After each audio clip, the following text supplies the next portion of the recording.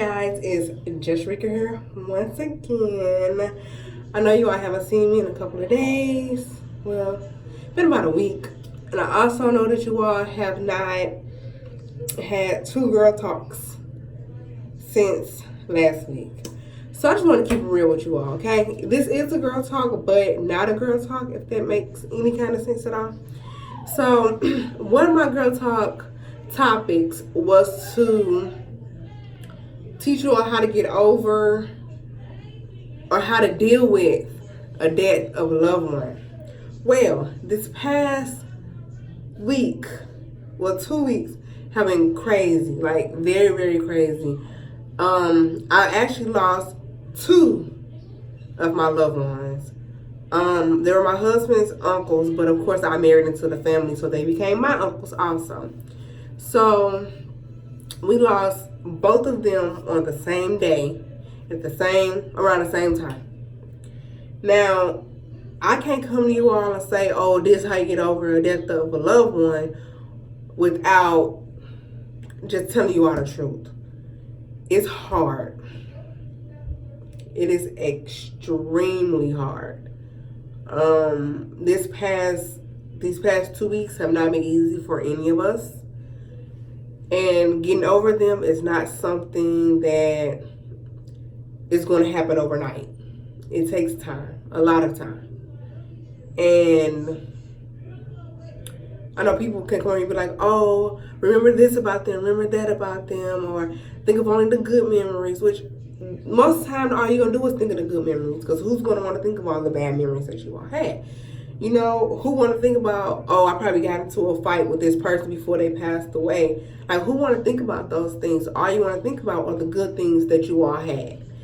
And, you know, all I can think about is our uncle just being somebody goofy to be around, that were always joking about different things. They were motivated to do this and motivated to do that. Like, they would brighten up your day. If you having a bad day, they would brighten up your day, like, with no effort at all. Like, it took nothing for them to get you to smile. And getting over that is hard. Especially for me, with me being such a emotional person. Like, I'm extremely emotional. As you all know, I'm an empath. So I don't only have my emotions to deal with, I have everybody else's emotions to deal with.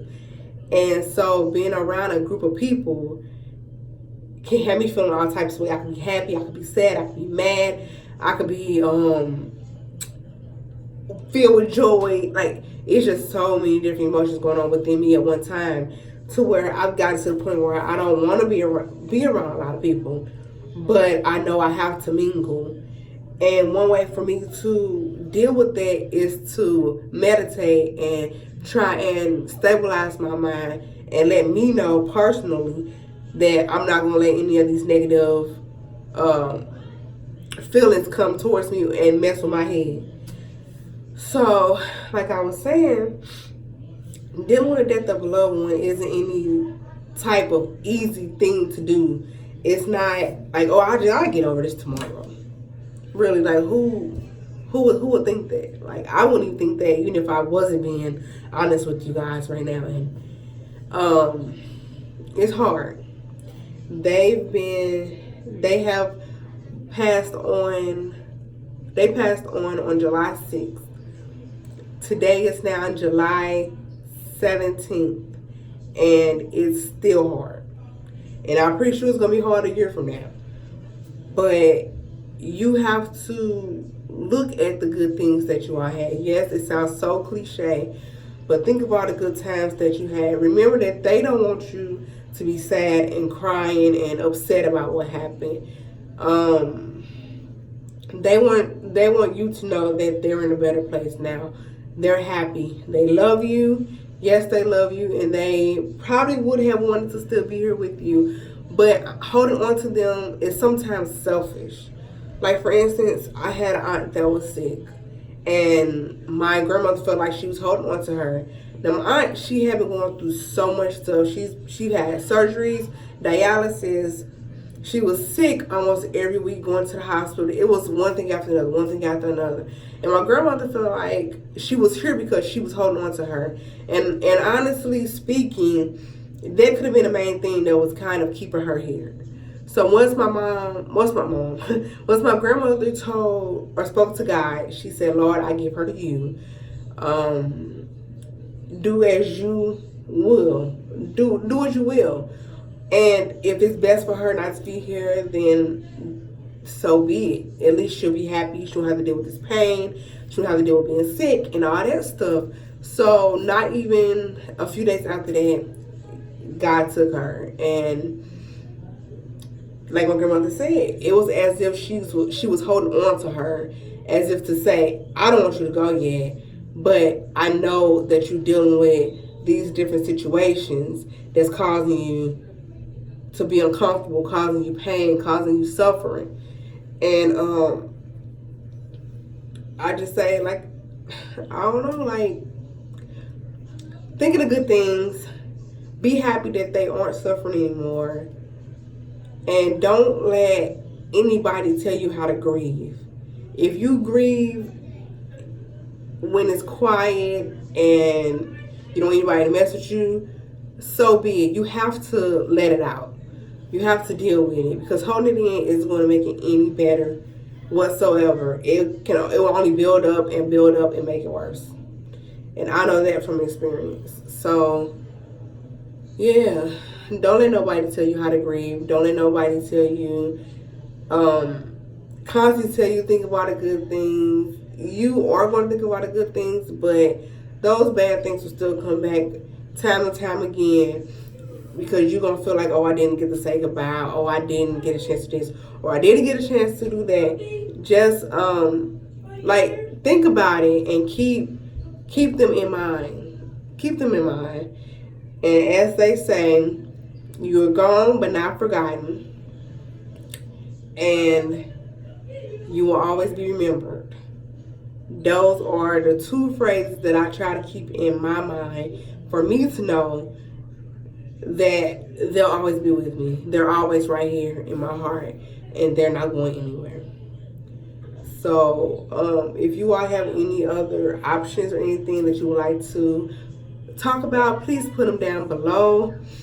And again, as I said, don't let nobody tell you that grieving is a bad thing, because it's not. Grieving is a part of the process, and it gets better over time, but you will always have that part in your heart that's missing for that person, or that's looking for that person. And yeah, that's all I gotta say, you guys. Please like, comment, subscribe, and I hope to see you all next week. But I should have a video up before the end of this week. It's just that my week have been kind of jumbled. Even my last girl talk that I did, it was the week of the passing of our uncle. And the reason why I did the video, I was trying to get over the fact that it had just happened. So I was one of those people who was holding in my grievance. I was holding it in. I wouldn't tell nobody about it. I wouldn't cry about it, like nothing, just nothing at all. And then one day it hit me, and I just started crying, and it got to the point where I almost felt guilty for crying. Like, me and my husband have been married for 10 years, or 9 years. It'll be 10 years in April. We always say 10 years, but it has been 9 years. It'll be 10 years in April. But I felt bad, because I was like, oh, well, he's not my biological uncle, or they're not my biological uncles. But I've known them for 10 years.